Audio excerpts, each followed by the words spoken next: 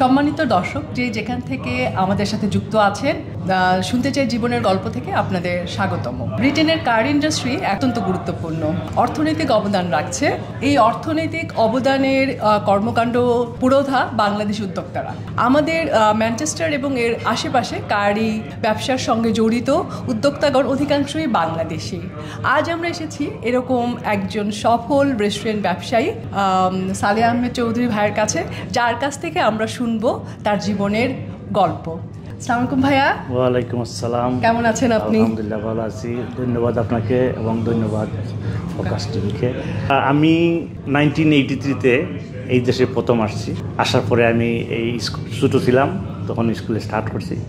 আর স্কুলে স্টার্ট করার পরে আমার ফাদার ছিলেন এখানে, আমার এই কাজ করতেন, তো ওনার সাথে আমি পার্ট টাইমে কাজ করতাম। যেহেতু আমাদের কোনো অভিজ্ঞতা ছিল না যে অন্য কাজে, আমরা বাধ্যতামূলক এই রেস্টুরেন্টে কাজ করতে হয়েছে। আমার ফাদারের সাথে আমি রেস্টুরেন্টে স্টার্ট করছি। স্টার্ট করার পরে উনি ব্যবসা করছেন, ওনার ব্যবসা চালাইছি, উনি আমার শিখাইছে।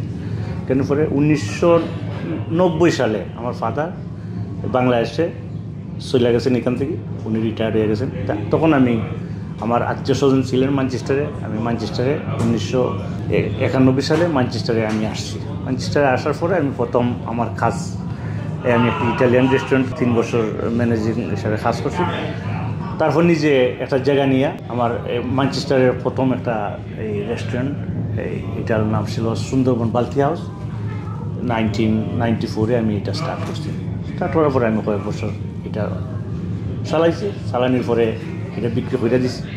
বিক্রি করার পরে এই আমার ব্যাংক ম্যানেজার, বার্কলিজ ব্যাংক ম্যানেজার, যার সাথে আমার পরিচিত ছিল, আমার বন্ধু, সে আমাকে বলল যে আমি নসফুটে একটা জায়গা আছে, বিক্রি আইছে, এইটাতে দেখো, আর আমি তোমার ফাইন্যান্সিয়াল সাপোর্ট করবো। তখন আমি এই জায়গাটা নিয়ে নিলাম, রিস্কে নিয়ে নিলাম। এটা ছোটো একটা জায়গা, বেসমেন্টটা, কিন্তু নসফুট আসলে খুবই ভালো এরিয়া, খুবই ধনী এরিয়া, সব বিজনেসম্যানেরা এখানে থাকে।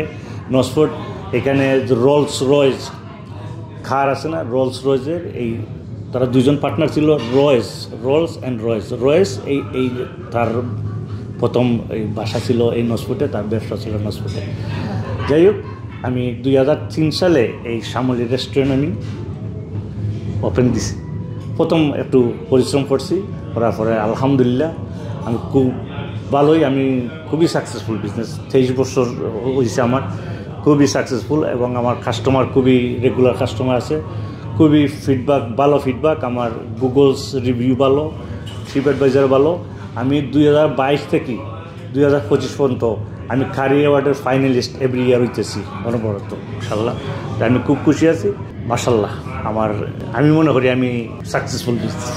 আমরা এই দোয়া করে আপনার জন্য। আর আরেকটা প্রশ্ন ছিল, আপনি কি চান আপনার ছেলেও এই রেস্টুরেন্ট ব্যবসাতে আসুক, আপনার পরে সেই হালটা ধরুক? জি, ইনশাল্লাহ। এই খারি বিজনেস আমাদের পূর্বপুরুষ স্টার্ট করছিল, তখন আমরা টেক ওভার করছি। আমরা মাশাল্লাহ, আমরা জীবনটা এই খারি বিজনেস আমরা শেষ করেছি। এখন এটা যদি আমাদের নতুন প্রজন্মে ধরে রাখতে পারে, আলহামদুলিল্লাহ, এটা এর সে আর ভালো কী চাই। এটা আমরা চাই যে এটা থাকতো। আমার ছেলেরও আমি এখানে আনছি, সে পার্ট টাইম আমার কাজ করে, হিজ হ্যাপি, সে হ্যাপি। তো তারও যদি একটা অভিজ্ঞতা হয়, সেও লেখাপড়া করবে, ইউনিভার্সিটিতে যাবে, সেও যদি চায় যে এই কারি ইন্ডাস্ট্রিটা তারা ধরে রাখবো, এইটাই আমরা চাই যে কারি ইন্ডাস্ট্রিটা থাকতো। আমরা কাছ থেকে শেষ হইতো না, এটা আমাদের নতুন ফোন ঠিক হবে। একজন সফল ব্যবসায়ী হিসাবে ভবিষ্যৎ প্রজন্মের কাছে আপনার কি উপদেশ দিবেন আপনি? এইটাই যে আমরা যেভাবে স্টার্ট করছি আমাদের ফাদারের সাথে, আমরা অভিজ্ঞতা অর্জন করছি আমাদের ফাদারের সাথে, কাজ করে স্ট্রাগলিং করে, ওনারাও স্ট্রাগলিং করছেন, আমরাও স্ট্রাগলিং করছি। কিন্তু আমরা চাইবো যে ওদেরকে ইজিভাবে তারা শিখতে পারবো না, আমরা একটা ইনভলভ হবে আমাদের সাথে। আমার ছেলে পার্ট টাইমে কাজ করে এখানে, সে ইউনিভার্সিটি আছে, সেও এখানে দেখো কীভাবে স্ট্রাগলিং কীভাবে হয়, কীভাবে অভিজ্ঞতাটা অর্জন করুক। তারপর ওরা ওই আনা অভিজ্ঞতা, কিন্তু এক্সপিরিয়েন্স ছাড়া কিচ্ছু করতে পারে না, আমাদের কাছ থেকে এক্সপিরিয়েন্সটা নিতে হবে। তাই আমরা মনে করছি আমরা যদি এক্সপিরিয়েন্সটা দিতে পারি, তারপরে ওরা নিজের পায়ে দাঁড়াইয়ে নিজে এই ইন্ডাস্ট্রিটা ওরাই রাখতে হবে। এই অভিজ্ঞতা কিন্তু আমরা কাছ থেকে নিতে হবে।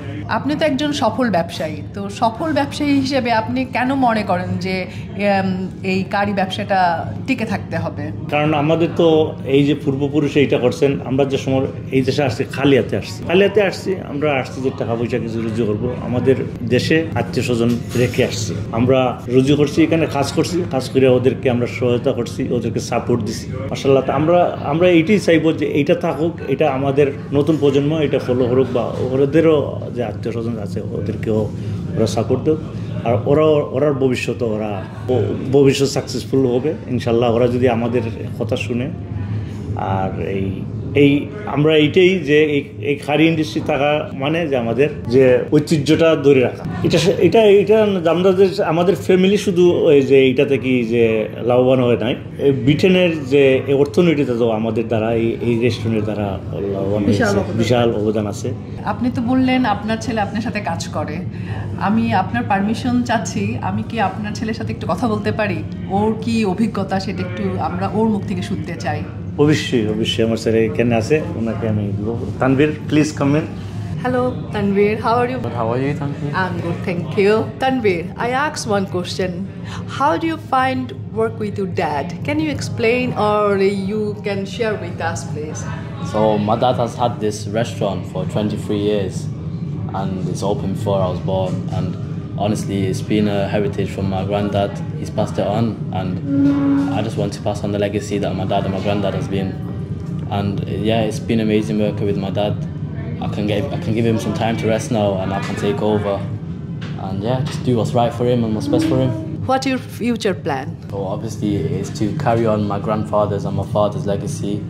I would like to modernize the Indian industry in food business, so by following the latest trends or incorporating into social media and just getting it out in the public. And yeah, so that's my plan for the restaurant, and obviously give my dad some rest, let him retire and lay back. অনেক অনেক ধন্যবাদ সালে ভাই আপনাকে আজকে আমাদেরকে আপনার মূল্যবান সময়টা দেওয়ার জন্য, এবং Tanvir, many thanks for giving us your valuable time. Thank you so much. And সালে ভাই, আজকে তাহলে আমরা আপনার থেকে বিদায় নিচ্ছি, চলে আসছি দর্শকের মাঝে। অনেক অনেক ধন্যবাদ দর্শক আপনাদেরকে। শুনতে চাই জীবনের গল্প থেকে আমি মিতুল আপনাদেরকে এতক্ষণ শোনালাম সালেহ আহমেদ চৌধুরীর জীবনের গল্প।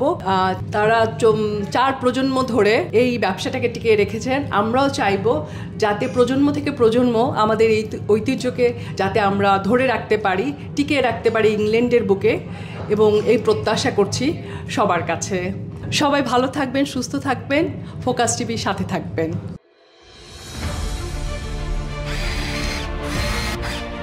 আলোতে থাকুন, ফোকাসে থাকুন, হাত রাখুন প্রজন্মের হাতে।